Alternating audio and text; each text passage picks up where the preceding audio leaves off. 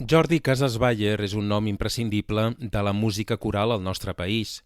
Fundador de la Coral Càrmina i del Cor de Cambra del Palau de la Música Catalana, Casas ha dirigit al llarg de la seva carrera entitats corals del prestigi de l'Orfeó Català, el Cor de Ràdio Televisió Espanyola, el Cor de la Comunitat de Madrid i el Cor del Teatro Real, entre d'altres. Últimament ha dirigit també corals catalanes, com el Cor de Cambra femení Esquerzo o el Cor Valldonzella. En aquest capítol del podcast repassarem la trajectòria d'aquest carismàtic director i descobrirem la relació que ha tingut al llarg dels anys amb la música de compositors com ara Cristòfor Taltabull, Josep Soler, Frederic Mompou, Xavier Montsalvatge, Salvador Brotons, Albert Guinovart, Josep Maria Guix o Ramon Humet. Poseu-vos còmodes, que us ho passareu bé.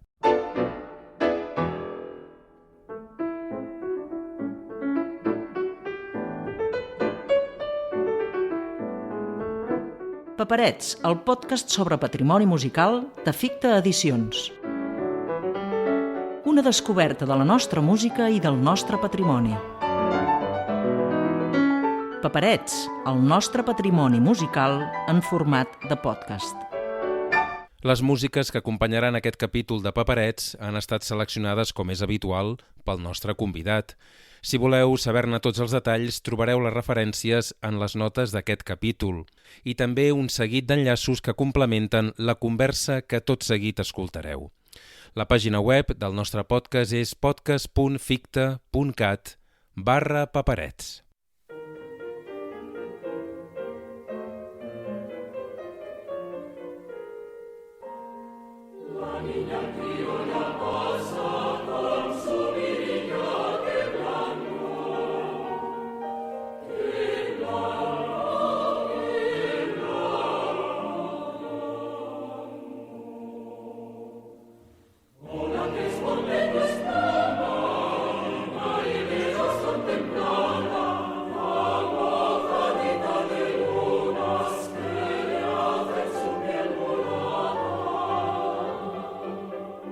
Jordi, bon dia i moltes gràcies per acceptar la invitació de Paperets, aquest podcast de Ficta Edicions. Bon dia i moltes gràcies de convidar-me. Amb tu volem parlar sobretot de música coral. Podries parlar de moltes coses, però diguem que aquesta és la que més coneixes i la que més has viscut, oi, Jordi? Sí, fa 50 anys. Imagina't. Sí, fa 50 anys vam celebrar amb la Coral Càrmina. I això, abans vaig començar amb una coral infantil, i abans havia cantat a Montserrat, però vaja, el que compta és a partir del primer concert de la Coral Càrmina, penso jo. Parlem de la Coral Càrmina, doncs. El nom Càrmina, d'on surt? Bé, surt dels versos llatins aquests cantats.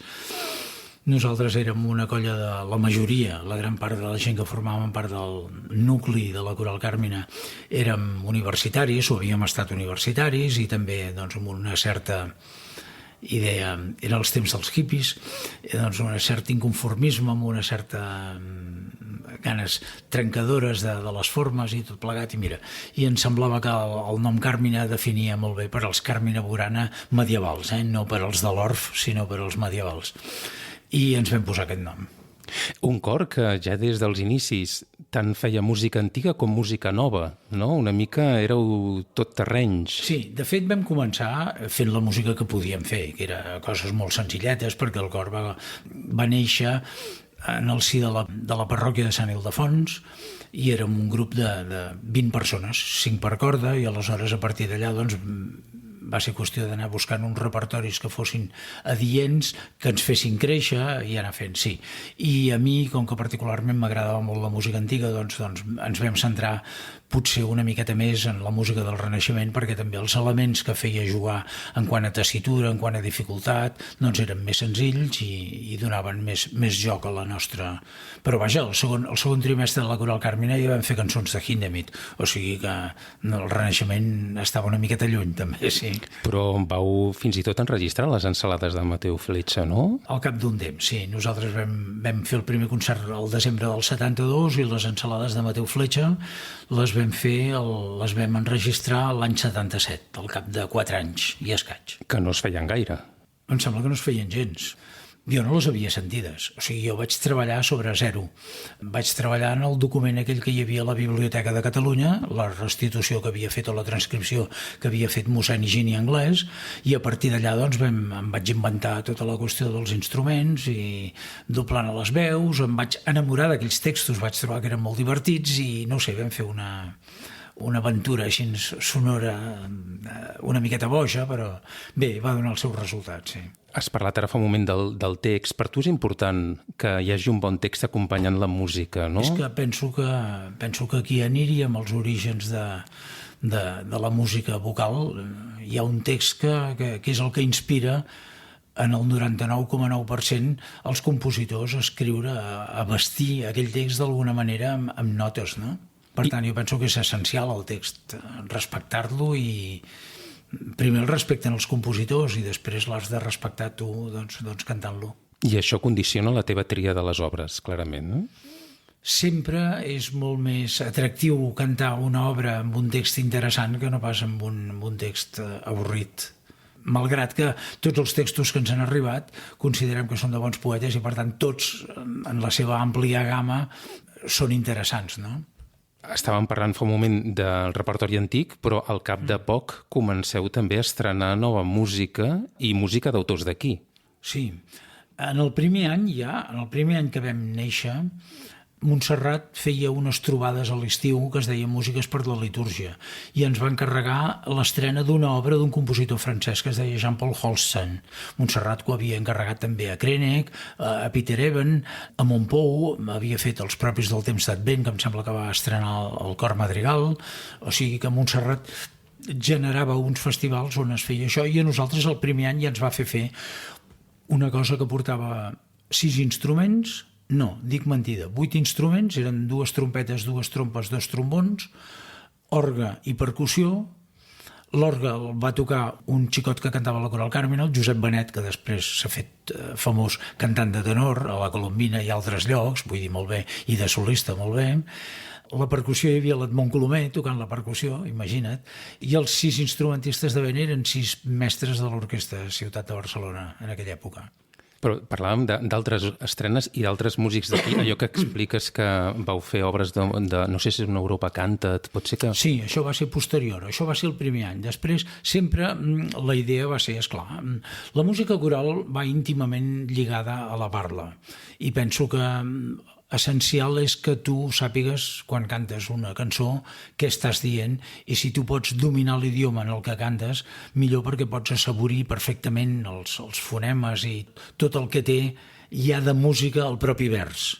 Aquella anècdota fantàstica, em sembla que és de Verlaine, amb Debussy, que Debussy li va dir que havia posat música amb 3 poemes d'ell i Verlaine li va dir que no n'hi havia ja de música. Que bona. O sigui que sí, pensem que o la definició mateixa de Machado, quan li pregunten què és poesia, i ell defineix poesia, és canto i és cuento, definint les dues vessants. Canto, el que és la mètrica i la rima, i cuento la història que parla, o sigui, el significat o el so. Doncs jo penso que és molt important la parla, dominar aquest aspecte musical de la llengua sense entrar en la història que estàs explicant, no? Et preguntava per estrenes d'autors d'aquí. Sí, de seguida ens vam fixar, però no hi havia tanta literatura catalana, així i tot vam anar molt amb les cançons tradicionals, etc, i de mica en mica ens vam anar posant en petites composicions que havíem fet, fins que vam tenir el repte aquest d'anar a Europa Canta't i de presentar un programa de música coral catalana, i allà sí que jo em vaig atrevir a fer un pas endavant i a demanar-li a en Joan Guinjoan que ens escrivís una cosa. I ens va fer una obra sobre el poema d'en Josep Carner preciós que es titula Retorn a Catalunya. Ja veig damunt la serra de foc el nostre pi, o gent que per les feixes daurades feu camí, etc. Un text molt bonic que després, posteriorment, li vaig demanar a l'Albert Guinovart que ens hi posés música també per al cor de noies de Vila-seca Salou, per al cor Esquerzo. Hem fet un salt en el temps, Sí. Ens hem saltat 50 anys, quasi, o 40 i escaig. No passa res, però no només No només Guinjoan, altres autors també, Sí, no? també allà jo ja havia conegut, havia demanat auxili al Josep Soler. Auxili, vols dir? Sí, auxili en el sentit de que era una persona molt generosa. En Josep Soler era considerat, esclar, jo com a públic de musical considerava els grans mestres, no? Montpou, Montsalvatge, Soler, Guinjoan, aquests eren els grans monstres, no?, musicals, i te'ls miraves amb molt respecte, però també tenies ganes de conèixer la seva música, no? I amb en Josep Soler m'hi vaig acostar i ell va ser molt generós perquè de seguida em va facilitar molt de material, em va facilitar les obres completes que ell tenia de Schoenberg perquè pogués estudiar. Inclús em va passar, que encara ho guardo, un manuscrit d'ell que havia copiat la balada de Mallorca, de Manuel de Falla, la balada de Mallorca que ell inclou en l'Atlàntida, sobre el text de mossèn Cinto, no? I ell va dir, això per cor és molt bonic, no? Després això ho vaig trobar editat a Ricordi, però la primera versió que tenia era manuscrita de Josep Soler, m'ho va passar. I jo li tinc un gran efecte, un gran record, amb realment el que vol dir record etimològicament, que vol dir tornar a passar pel cor. Ens va tractar molt bé i en Josep Soler em va atendre molt bé, i d'ell ens vam atrevir a fer, tenia unes composicions que es deien Three Erotic Songs. La primera d'elles era amb un text de Shakespeare, Lovers Love the Spring es titulava, i aleshores aquesta ens vam atrevir a muntar-la per anar a l'Ester. O sigui, a l'Ester vam portar un programa que començava amb el Llibre Vermell de Montserrat, després hi havia algun fragment d'Ensalada, després hi havia algun madrigal de Brodieu, després hi havia alguna cosa de l'Escola de Montserrat, alguns Cererols, algun Casanovas, Taltabull, i per acabar, doncs, Narcís Bonet, Oms, Guinjoan i Soler. Déu-n'hi-do. Sí, una bona antologia. Sí, era una antologia de la música catalana, sí. Ha sortit Taltabull, que és un nom que tu, sempre que pots, intentes reivindicar, oi? Un gran compositor, sí. Pobre de mi, jo l'admiro, també m'hagués agradat molt conèixer-el, sé que per les seves mans va passar quantitat de gent i molt heterogènia. Alumnes d'ell van ser tant en Josep Soler per un costat, com el mestre Esquadreny, com el pare Irineu o com l'Enric Gispert. Fixa't que estem parlant de persones molt diferents musicalment, no? I això vol dir que com a mestre aquest senyor devia ser fantàstic. El que ell va escriure per cor és excel·lent i a més amb una cura exquisida de la literatura catalana, no? Els poemes que tractava, no? L'has dirigit molt, Taltabull. Molt, perquè crec que és una música catalana preciosa que cal, precisament amb el Cor de Cambra. Un dels últims projectes que vaig fer amb el Cor de Cambra va ser tot un disc dedicat íntegrament a Taltabull, del qual el comentari li vaig demanar que el fes en Josep Soler. Tot lliga. Sí. I em sembla que la primera audició que ens proposes és precisament de Cristòfor Taltabull. Sí. Posem el Madrigal perquè és potser la més simbòlica. El Madrigal l'havia fet ja també amb la Coral Càrmina, una peça que ja quan jo cantava la Coral Cantiga ja la fèiem, ja l'havia cantada jo. I ens agradava molt aquest tipus de música així a cavall, com diríem, entre el jazz i la música coral. Precisament això, un dia l'Enric Gispert es va seure al piano i em va dir, fixa't Jordi, això és un melangí de Cole Porter i ta-ta-ti, to-ta-ti, to-ta-ti-ti-to-ti. O sigui, van sortir les primeres notes del Madrigal de Taltabull amb una cançó de Cole Porter. Oi? L'Enric Gispert m'ho va xivar, no? Allà, arran de piano. I em recordo jo que amb l'Orfeó Català, per exemple, vam fer una versió meravellosa a Mèxic. En un viatge que vam fer a Mèxic, on vam cantar a la sala de la ciutat universitària, una sala que es deia Netzahualcoyotl, el nom d'un poeta asteca devia ser, que sonava fantàsticament bé, i vam fer una versió d'aquelles que va passar un àngel. Vam cantar un madrigal que tota la gent que ho va cantar se'n recorda.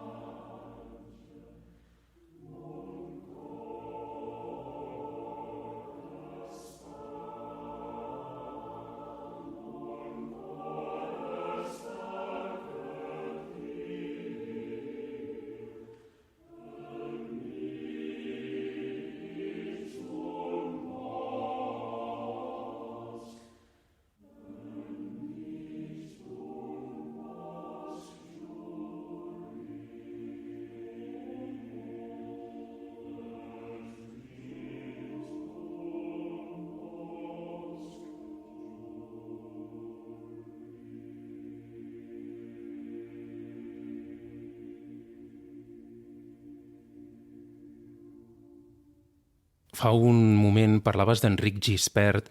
Sí. És un altre d'aquells noms que va fer molt per la recuperació de la música a casa nostra i que potser no es recorda gaire, no? No, és una de les grans persones. Bueno, té un cert... no sé, juguen al mateix equip de Cristòfol d'Altavull, també. Vull dir, aquesta gent que han estat molt grans i que han estat molt poc reconeguts. L'Enric Gispert, a més, era una persona sumament culta, literàriament, en molts aspectes, una persona cultíssima. Em sembla que tenia, a més, la carrera de dret, em sembla recordar. Com tu? Sí, aquest era un dels punts de contacte que vam descobrir el dia que ens vam conèixer. Jo el vaig conèixer gràcies a que dues nebodes d'ell van cantar en la primera cèl·lula aquesta de la Coral Càrmina. La Mireia Hernández, la clavecinista, la dona de l'Albert Romaní, el cel sigui, i després la Clara Hernández, la viola gambista, eren nebodes de l'Enric Gispert. I elles van propiciar, jo vaig dir, home, m'agradaria molt conèixer el vostre oncle, doncs perquè és una persona molt erudita, molt coneixedora del món de la música antiga, tant com m'agradava, i van concertar un dia una entrevista amb ell. Una entrevista va començar a les 8 del vespre i es va acabar a les 8 del matí del dia següent. Ens vam passar la nit en blanc parlant de música i de moltes coses i de menjars va ser una cosa fantàstica. Dirigia Ars Música, aquell mític conjunt? Aquella època ja no. Aquella època em sembla que ja ho havia deixat i arran d'aquesta trobada doncs jo vaig conèixer moltes coses i ell també era una persona admiradora de Taltabull, no? Em va parlar de les bondats de Taltabull, em va explicar que ell havia estudiat amb ell, de la riquesa humana també de Taltabull, no?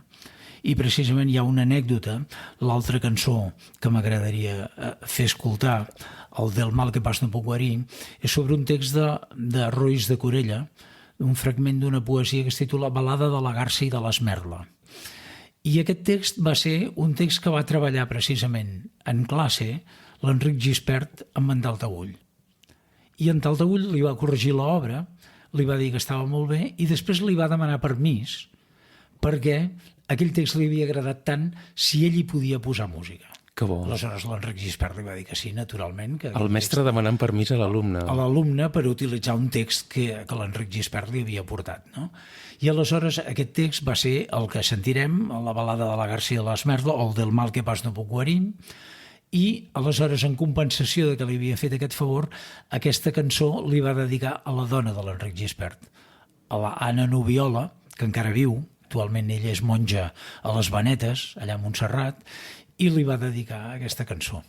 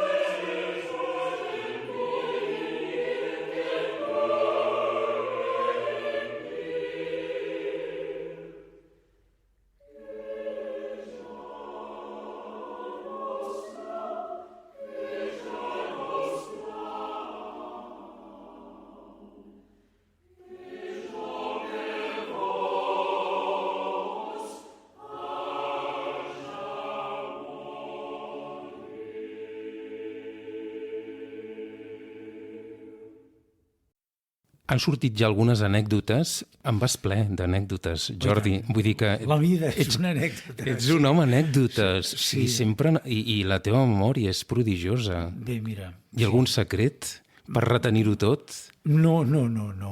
Sí, home, el secret és haver-se estimat les coses que un ha fet. Mira, jo et diria que les coses que jo treballava amb la Coral Carmina quan començàvem, o les que jo havia de parir de zero, aquesta elaboració de programes, aquesta insistència, buscar gent que col·laborés, això ho buscaves tant que et quedava. Després, posteriorment, quan professionalment he estat director, per exemple, al Cor del Teatre Real, i en 15 dies he hagut de muntar doncs, la Gioconda de Ponchielli, o he hagut de fer el Trovatore, d'això no me'n recordo gens, perquè ho fas a cuita corrents i et passa per damunt, no hi ha temps de sedimentació, ho fas també amb tot el cor i amb tota la voluntat, però no tens temps d'entretenir-te, de furgar en les entranyes de les coses, no? Com he fet en altres moments, en altres cors. No? Una de les millors coses de la teva feina és programar concerts, Jordi. Exactament, això m'apassionava. Sí, jo sempre penso, sembla que és l'escena final del Decameron de Pasolini, que el pintor acaba mirant quan estan pintant el gran mural al final de l'església i el pintor diu: quina llàstima haver de fer les coses amb lo bonic que són pensar-les, oi? I em fa pensar això moltes vegades, que quan una cosa la tens al cap, la idealitzes i vas donant volta. Després la concreció, a veure, alguna vegada te'n porta sorpreses i veus que la concreció és més bonica del que havies pensat. Però el més bonic és pensar les coses, tenir-les i donar-hi voltes i després anar trobant els camins per portar-ho a terme. T'agrada molt programar, ha quedat clar, però també t'agrada molt comunicar. Comuniques els assajos, comuniques amb el públic, t'agrada compartir una mica, no? Sí, és que això d'entrada m'ha agradat a nivell inconscient. A veure, quan vam començar la Coral Carmina, i tornem als orígens, jo no m'havia proposat res. O sigui, tot va sortir per sort, diguem-ne, o per esdeveniments. Vull dir, la Coral Carmina mateix neix d'un incident, allò que diuen els castellans de que Déu escriu recte amb ratlles tortes, no? Em va venir a buscar una noia que havia cantat a mi a la coral infantil del Virolet, dels Lluïssos de Gràcia, perquè li havien posat una multa al tren per cantar en català, oi? L'Eulàlia Rosselló. I aquesta em va venir a buscar perquè jo era advocat i per fer un recurs contra el Ministeri de Governació que li havia fotut aquesta multa. I aleshores, arran d'aquí, va sortir que ella cantava amb un grup a la parròquia de Sant Ildefons i que eren poquets i que el que els portava semblava que l'havien de canviar de destinació, a veure si jo me'n volia fer càrrec. I jo, que des de la coral infantil no havia dirigit, però que tenia al cap que m'agradaria i tal, doncs hi vaig anar a sentir-los i allà va començar la Coral Carmina. O sigui, la Coral Carmina va començar d'una carambola, no? I tota la vida ha estat caramboles, Vull dir, ha estat caramboles. O sigui, jo penso que el meu àngel de la guarda té un mèrit notable perquè les ha fetes molt bé, aquestes caramboles, no? He tingut una gent molt bona col·laborant amb mi que m'ha forçat a estudiar molt perquè, precisament, quan tens molt bona gent al davant, has d'estar al nivell, no? I aleshores t'has d'esforçar tu també.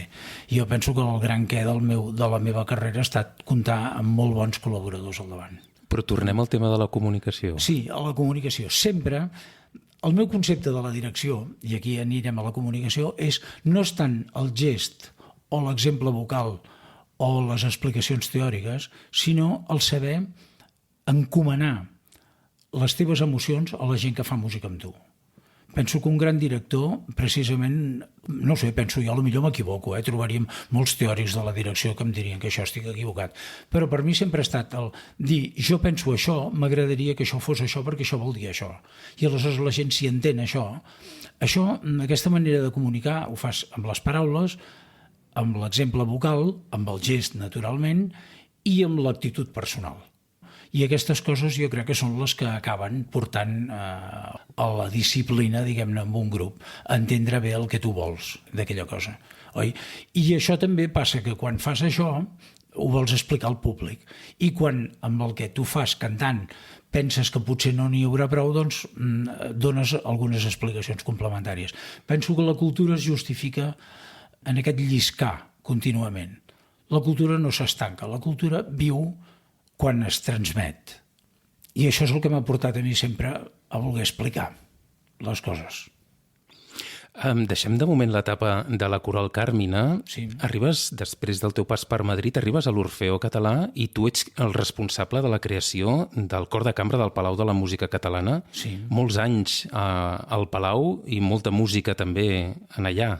Sí, moltíssima, esclar, vull dir, molt més perquè, esclar, el ritme d'un cor amateur eren 2 assaigs a la setmana, a molt estirar amb la Coral Carmina, amb l'Orfeó Català també eren 2 assaigs. Jo me'n recordo que quan vaig aterrissar a l'Orfeó Català ho acabava de deixar el Simon Johnson, un excel·lent director i una excel·lent persona, una persona boníssima, malgrat haver acabat amb la casa, doncs potser no el bé que li hagués agradat, doncs a mi va passar-se com 2 o 3 tardes explicant un a un tots els cantaires que formaven les seves fitxes, les característiques com eren i tal, aconsellant-me. O sigui, és una persona que vaig veure que s'estimava l'Orfeó malgrat deixar-lo. I, esclar, a partir d'aquí jo vaig intentar forçar una miqueta el ritme. L'Orfeó Català assajava 2 dies a la setmana i jo vaig fer que aquest primer dia que assagessin a la setmana un el fessin homes, un altre el fessin dones i un tercer conjunt, amb la qual jo assajava 3 dies, la gent només n'assajava 2, oi? Però així ens aprofitàvem més el temps, no?, per poder forçar la màquina. Així va ser que el primer programa que vaig muntar jo amb l'Orfeó Català van ser les noces d'Stravinsky, que la gent ja quan va veure aquest tio comença amb les noces es van esgarrifar, entre ells l'Òscar Boada, que feia de pianista, va dir, com comença aquest, no? Però bé, ho vam fer amb l'Edmond Colomer i vam anar a cantar precisament a la inauguració de l'Auditori Nacional a Madrid. Ens van convidar a fer les noces d'Stravinsky amb la Honde. I arriba un moment que apareix la possibilitat de crear el cor de cambra del Palau. Sí, jo hi anava donant voltes perquè veia que sortien moltes possibilitats i que la llàstima del cor amateur és que, esclar, la gent doncs, es devia a les seves vides familiars, a les seves carreres, i no hi havia una dedicació constant com seria de desitjar. El nivell era molt bo. Jo penso que un cor professional es caracteritza per 2 coses, bàsicament, que són la capacitat tècnica i la disponibilitat. A l'Orfeó Català hi havia una gran capacitat tècnica, però, esclar, no hi havia la disponibilitat. La gent tenia les seves carreres, els que eren metges et faltaven els mirs de tal, la gent que tenia exàmens, famílies, etc. No? Amb la qual era obligatori. I arran de que vam fer l'Àngel de la Guarda va tornar a intervenir, jo, abans de dedicar-me a la música professionalment, quan ja dirigia la Coral Carmina, treballava a l'obra social de la Caixa, però no la Caixa de Pensions actual, sinó una caixa que es deia Caja de Ahorros i Monte de Piedad de Barcelona. Caixa de Barcelona. La Caixa de Barcelona, exactament. La de la fletxa aquella cap amunt. I allà doncs, vaig aterrissar amb els meus coneixements de música i d'art en general i de cultura, em van fer cap de la gestió de l'obra social. O sigui, hi havia 2 branques, la gestió i l'administració. Els que fèiem els projectes érem la gestió, no? I aquí, a sota meu, hi havia una sèrie d'assessors importants i un d'ells era en Daniel Giral Miracle, una persona que va arribar a ser inclús el cap de Belles Arts de la Generalitat. I aquesta persona era un gran expert en pintura, en art en general, una altra persona també amb una cultura increïble, no únicament de Belles Arts, sinó de tot, de literatura. I aquesta persona, després, un cop jo vaig anar a Madrid i vaig tornar a l'Orfeó Català, ell havia ja deixat la Caixa i l'havien nomenat cap de l'obra social de la Caixa de Catalunya. I ell va dir, Jordi, tu estàs a l'Orfeó Català, jo a la Caixa de Catalunya, hem de fer coses junts per Catalunya, per portar la música, vinga. I vam fer primer un cicle de 4 misses de Rossini a les 4 capitals, a Barcelona, Tarragona, Lleida i Girona, no? I allò va anar molt bé i aleshores ell es va engrescar i l'any següent vam fer un rèquiem de Mozart a 6 llocs diferents, no? Amb l'orquestra del Palau, enriquida amb membres de l'OBC, amb 4 solistes, amb l'Orfeó Català, i ho vam cantar a 6 llocs diferents. La Caixa de Catalunya pagava aquestes produccions, van anar fantàsticament bé, plenes de gom a gom, i aleshores a mi se'm va encendre la llumeta. Vaig dir, amb el que us heu gastat amb aquest cicle de concerts del Rèquiem de Mozart, podríem crear un cor estable amb unes beques, seguint un model que jo havia conegut amb una Europa Cantat, l'Europa Cantat d'Estrasburg, del Coro de la Comunitat de Madrid. Que el Coro de la Comunitat de Madrid també va sortir com un cor de beques creat per la Diputació de Madrid, aquella època era la Diputació, i aleshores amb aquella idea jo vaig fer uns números i tal, i em vaig atrevir doncs, a presentar aquest projecte. Amb aquests diners La Caixa s'ho va mirar, el Girar el Miracle ho va passar amb el senyor Portavella, que era el director de la Caixa, i ell li va donar el vistiplau. I va dir, sí, sempre que l'organització, tota la qüestió de personal, etc, ho vulgui assumir l'Orfeó Català. I aleshores va ser quan jo li vaig portar el que era aleshores president, el Fèlix Millet.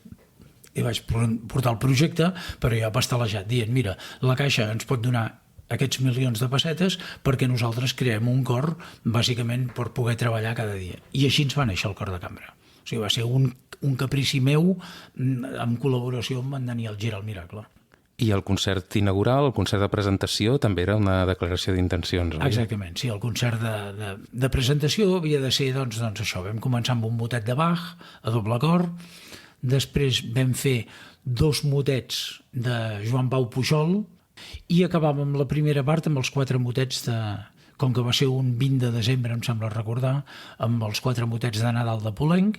La segona part vam estrenar una cosa de Joaquim Oms, Lluna i Llanterna, que eren 2 peces relacionades entre si, sobre uns poemes xinesos adaptats al català per Josep Carner, un dels meus ídols fixes, amb les meves obsessions literàries. En Carner ocupa el primer lloc.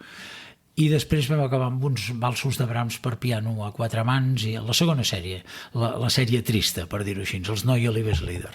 Aquest va ser el primer concert, amb el qual ja es veia que restituïem música antiga catalana i que fèiem obra de compositor català, estrenàvem, sí. També vas tenir un contacte estret amb Xavier Montsalvatge, oi que sí? Sí.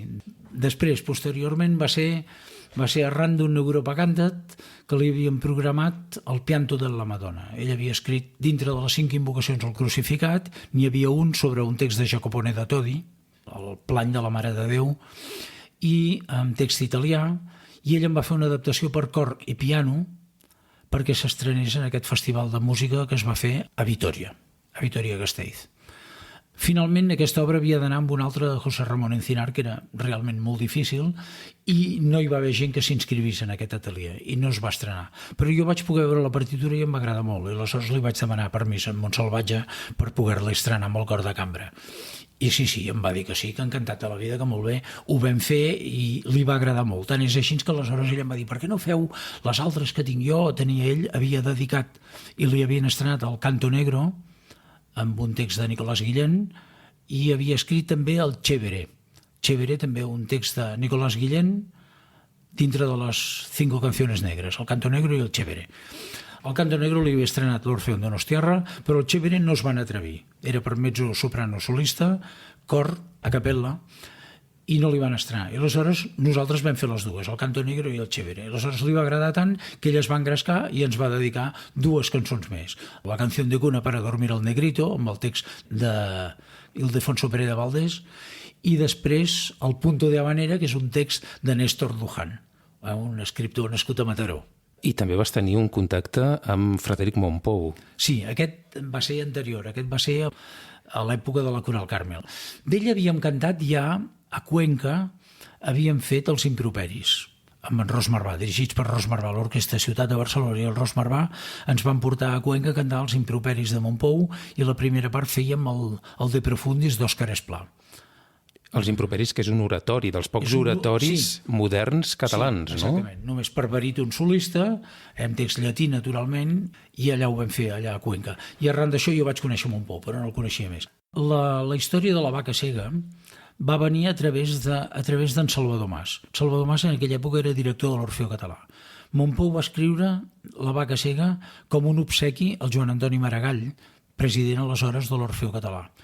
I en Salvador Mas va considerar que l'Orfeó Català d'aquella època, que estava en transició, havia deixat el Simon Johnson la seva primera època, ell ho va fer molts canvis, potser no tenia prou gent, etc.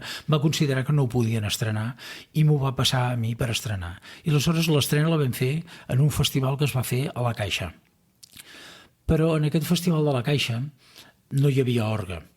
El Mompou havia escrit per cor i orgue pensant en l'Orfeó Català i l'orgue del Palau. I aleshores vam haver de fer una adaptació per cor i piano, i aleshores al piano van cridar a l'Antoni Bessas, que era un dels intèrprets preferits per Montpou mateix, no?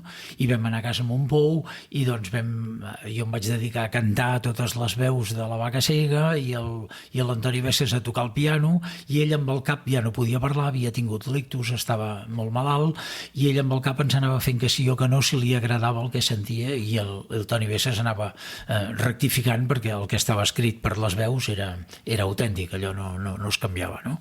I així va néixer la Vaca Cega, aquesta que vam estrenar a la Caixa, un concert memorable perquè en aquesta estrena de la Vaca Cega també vam estrenar el Tripticum Sacrum de Blancafort, i Blancafort i Montpou havien estat molt amics a la Garriga, precisament, aquella capelleta, aquella església que pinta ell en les edicions tant en Blancafort com en Montpou, allò era on ells es trobaven allà a la Garriga, no? L'ermita, no? I a l'ermita, exactament. Doncs aquesta famosa ermita que sortia era el que va generar, diguem-ne, aquesta amistat que hi havia entre Montpou i Blancafort, i en aquest concert va ser molt bonic perquè en el moment d'aquestes estrenes ells dos es van donar la mà. Que emocionant, oi? Sí. Va ser un concert en el Palau Macaia, però amb estrenes de música catalana molt importants, dintre d'un festival d'aquests que organitzava l'Associació Catalana de Compositors. En relació a aquest programa que vam fer a la Caixa, on vam estrenar aquestes coses, també hi vam cantar la missa de Joaquim Oms. Aquesta missa l'havíem estrenat ja en un cicle que Joventuts Musicals de Barcelona organitzava a l'Església de Jesús de Gràcia. Allà és on la vam estrenar. I aquesta missa té la seva història de que, arran del Joaquim Oms, amb la Coral Carmina ja li havíem estrenat alguna cosa, jo vaig anar un dia a veure a casa seva tot el que ell havia escrit. Em va obrir les portes i vaig anar més d'una tarda a mirar tot el que tenia escrit. I un dia de cop i volta em trobo amb una missa a llapis, sense passar amb net, fantàstica, amb coses de Poulenc, amb coses de Bach i amb coses d'Oms. I jo vaig dir, ostres, això no s'ha fet, no, això perquè, diu, jo em refugiava, em va dir l'Oms, diu, en la música religiosa perquè vaig estar com així, exiliat després de la guerra. I aleshores, doncs, com que no podia escriure depèn de què, doncs, la música religiosa em permetia seguir fent música sense el compromís de vincular-me amb una llengua o amb un... I aleshores aquella missa a mi em va cridar l'atenció i em vaig engrescar i vaig dir, això valdria la pena que ho féssim. Vaig tirar endavant i aleshores ell inclús la va acabar. Això era una cosa una miqueta perillosa amb l'Oms, perquè a cada assaig et podia estar canviant coses. I això ho vaig aprendre, que el vaig convidar a 2 assajos. El tercer ja no el vaig convidar fins a l'assaig general, que no poguéssim canviar res, perquè tot estava prou bé, però esclar, això obligava a editar noves partitures, a fer canvis, i la gent de la Coral Carmina no eren professionals com per estar canviant coses a cada assaig, no? Però aquesta missa doncs, va sortir així, i jo crec que és una missa que està molt bé i que em sembla recordar que el cor madrigal l'ha enregistrada. En aquest concert vam cantar de Joaquim Oms la missa per cor a capella. De Blancafort vam estrenar el Tripticum Sacrum. Després de Vicenç Acuña vam estrenar Aquest Nadal a prop del mar. Després de Manuel Valls vam cantar, que ja les havíem estrenat, els 4 poemes de Patrícia. De Narcís Bonet vam cantar Sa Ximbomba, que aquesta ja estava estrenada, i finalment Frederic Montpou vam fer l'estrena per cor i piano, perquè posteriorment, quan va morir Montpou, vaig estrenar la versió de cor i orgue estant a Ràdio Televisió Madrid. Allà, al cor de Ràdio Televisió Madrid, hi vam fer un concert d'homenatge a Montpou, i allà, com que hi havia orgue, en l'antic Teatro Real, el Teatro Real, abans de ser canviat, que el van transformar en teatre d'òpera, a l'auditori hi havia un magnífic orgue, i allà vam fer per primera vegada la Vaca Cega per cor i orgue. I ara em sembla que l'escoltarem en un enregistrament discogràfic del Cor de Cambra del Palau. Exactament, on el pianista no és el Besses, és el Josep Sorinyac.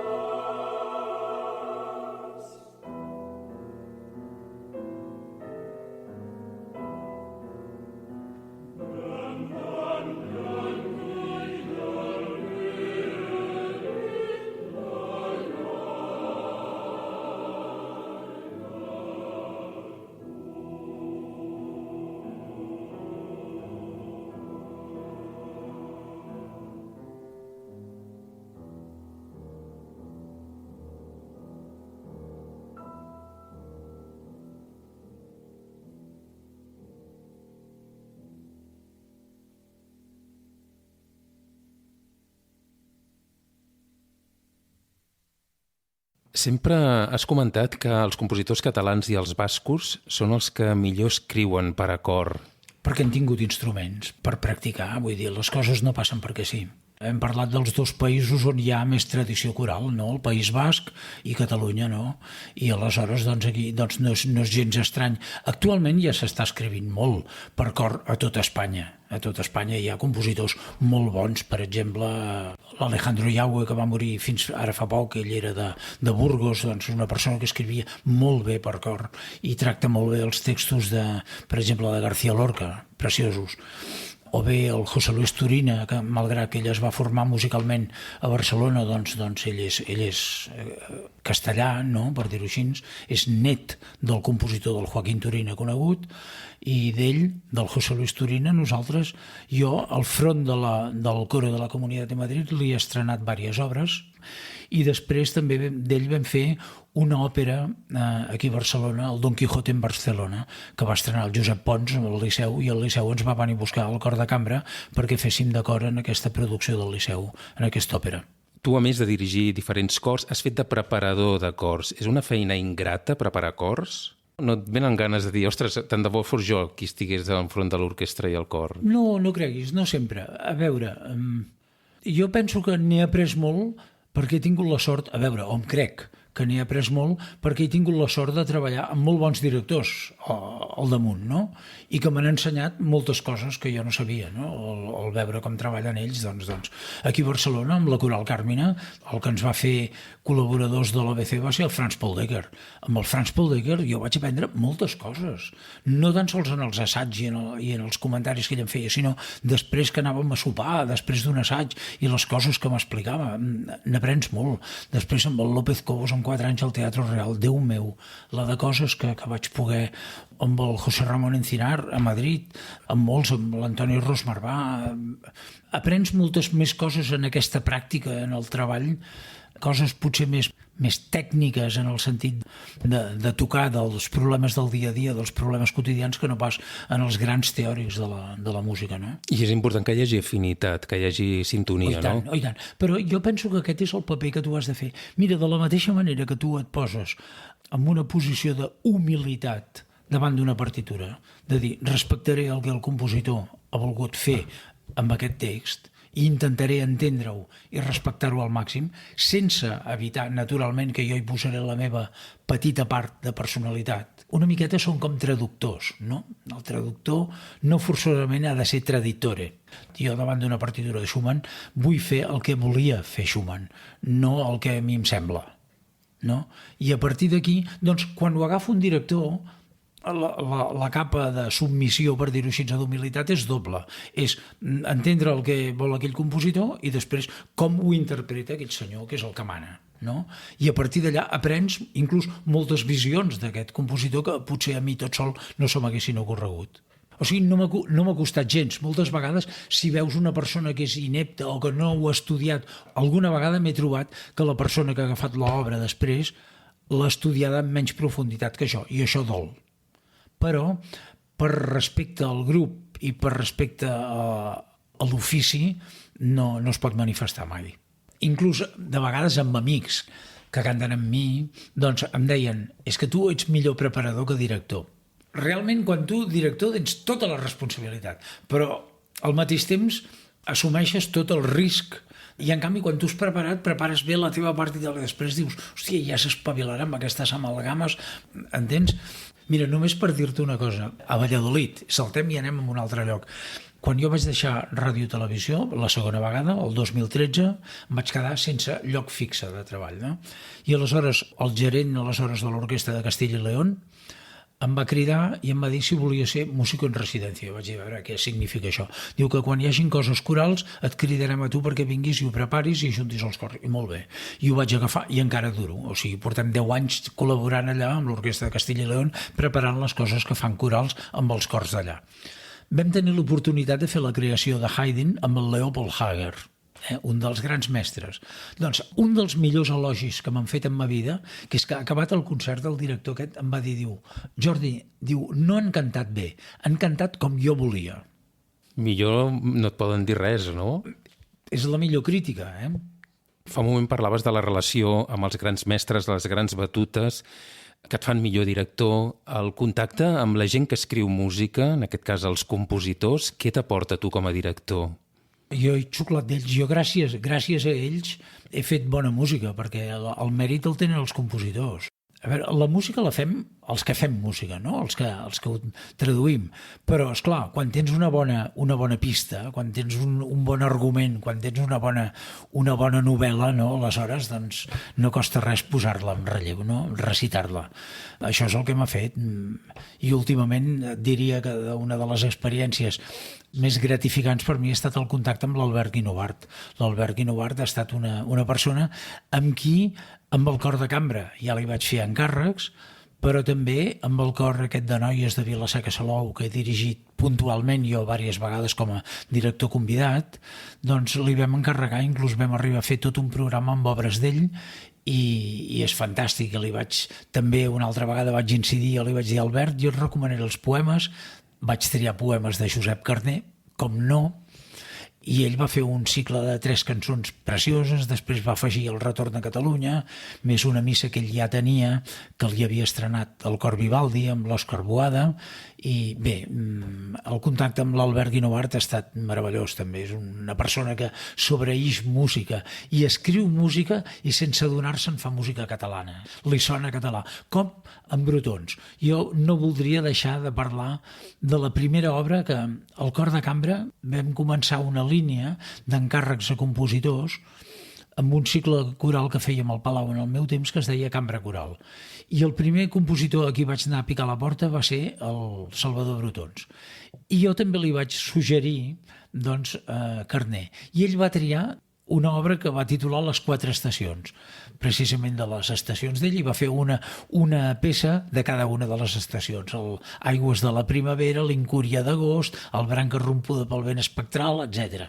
Fantàstic, una música, i jo li vaig dir, és que això sona a Toldrària. Ja realment l'Albert Guinovart, en Salvador Brotons, són músics que, sense dir res, inclús la música per piano, ja sona música catalana.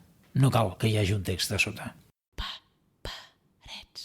Dins d'aquestes col·laboracions que vam tenir al front del Cor Esquerzo, hi va haver un concert que es titulava Música de l'ànima, on vam fer 4 estrenes, 2 de 2 obres de Ramon Humet i 2 de Josep Maria Guix en el mateix concert.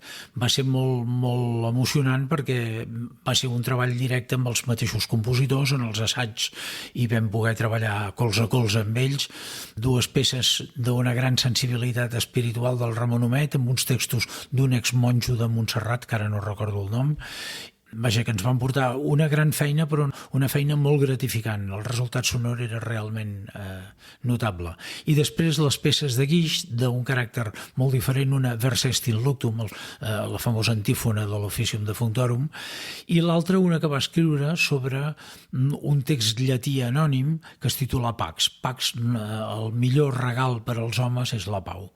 I anava això acompanyat amb uns instruments de percussió molt curiosos, uns gerros de cristall que ell havia estudiat especialment amb el so que donaven, i va ser una experiència molt, molt gratificant, i el resultat jo penso que va ser molt positiu.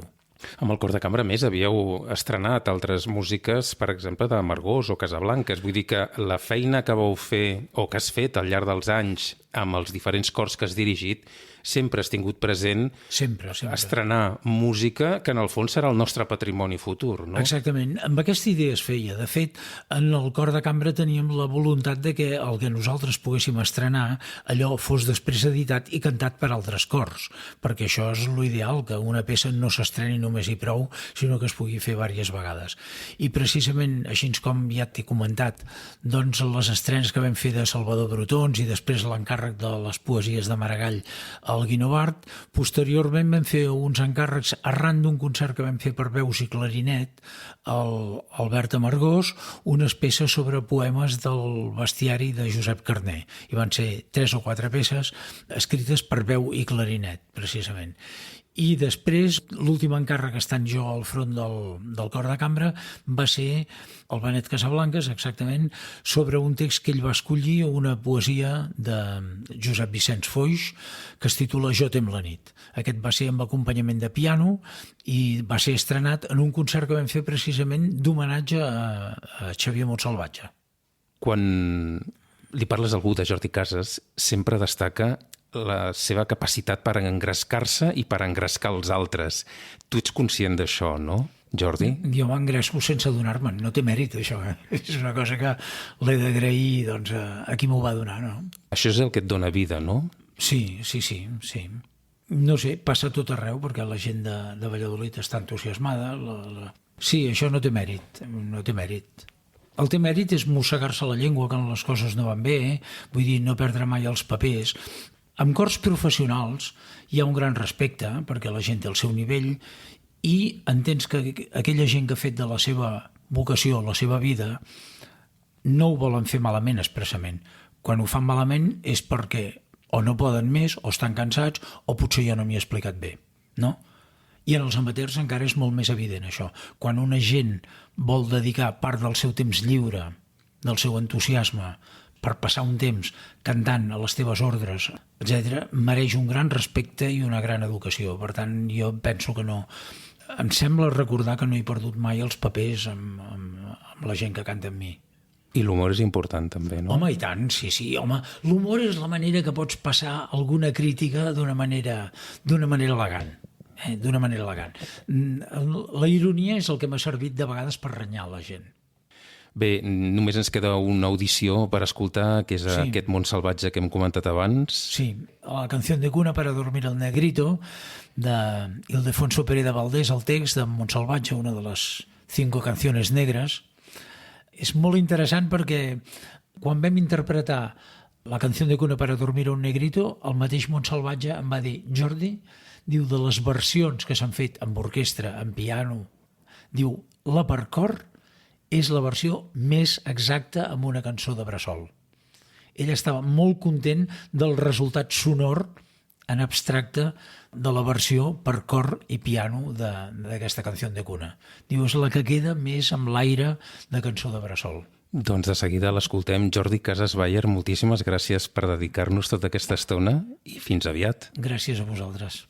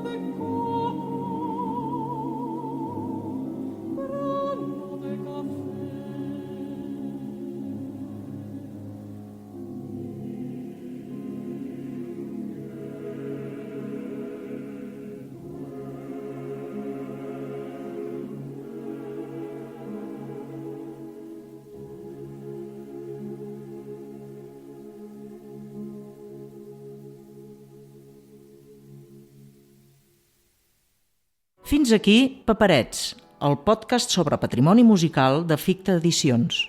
Si us ha agradat, sapigueu que podeu trobar aquest i altres capítols al web podcast.ficta.cat i també a les plataformes de podcasts habituals. Fins al pròxim capítol.